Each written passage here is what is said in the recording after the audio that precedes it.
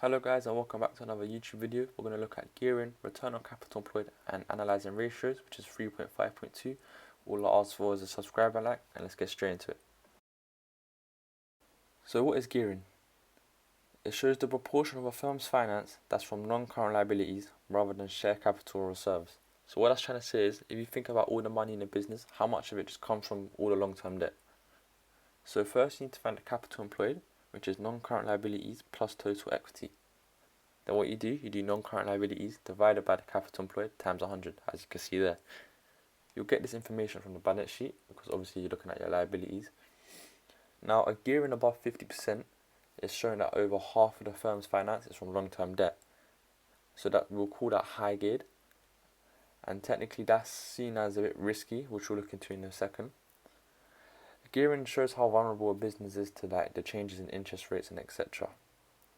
So you have rewards for business. So high gearing has rewards for businesses.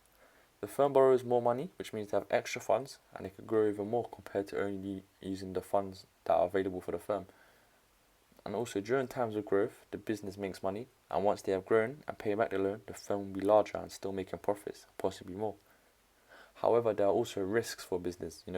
The firm may not be able to pay the loan back with the interest, and if interest rates rise, the firm will have to pay more back, because obviously it's a loan, remember. Sometimes it's good to consider why a business borrows money. This is what shareholders tend to do. If it's for growth, then it's good because they're trying to grow and become more profitable. However, if it's for stuff like paying employees' wages, it shows that that's very bad because it shows that they can't keep up to date with their daily expenses. Now we'll look at the high gearing risk and rewards for investors. High gearing indicates high growth, which means share price rising for shareholders and more dividends. However, the business may fail if it's unable to pay back any of its loans, and therefore the shareholders lose their profits and the money they've invested. From this page, just remember the definition of gearing, the formula, and then the risks and rewards for investors and the business.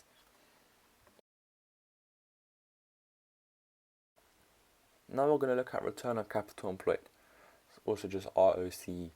This tells you how much money is made by the firm compared to the amount put into the business. So for example, return on capital employed of 10% is making 10p operating profit per every £1 that's been put in, and the higher the better. So again, you do operating profit divided by capital employed times 100. If you can remember, operating profit was gross profit, take away other operating expenses, and then capital employed, obviously we just looked at that, but it's non-current liabilities plus total equity. And yeah, remember to times by 100 because it's a percentage. Now, it's also important to compare the return on capital employed with the Bank of England base rate. This helps shareholders and investors decide whether they're better putting their money in the bank or in the business. It can be improved by paying off any debt, because that reduces non-current liabilities, or by making the business more efficient to increase the operating profit. And this is just one measure of the return on investment. Remember, we looked at the other ones before, like ARR, payback period, etc.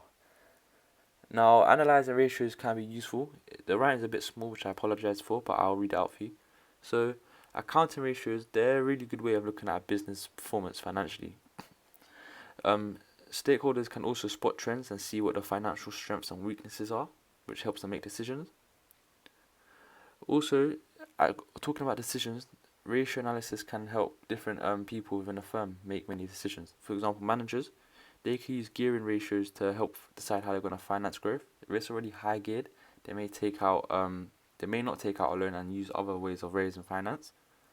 Potential lenders can use accounting ratios to help them decide if they want to lend to a firm. They might look at the current ratio and the acid test ratio to look at the firm's liquidity. This will help determine whether the business can pay them back. Potential shareholders may look at the net profit margins to see how profitable the firm is. And it's also good to compare the ratios with other firms to see how the business is performing. But there are limitations as well.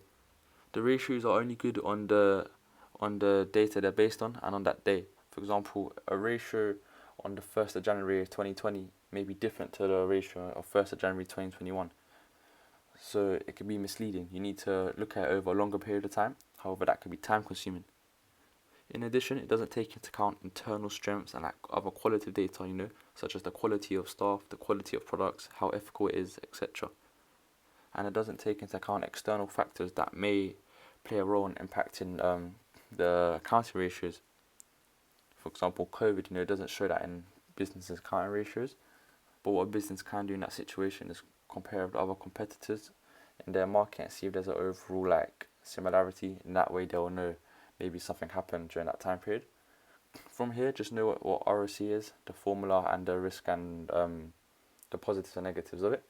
All I ask for is a subscribe, like, and share with your friends.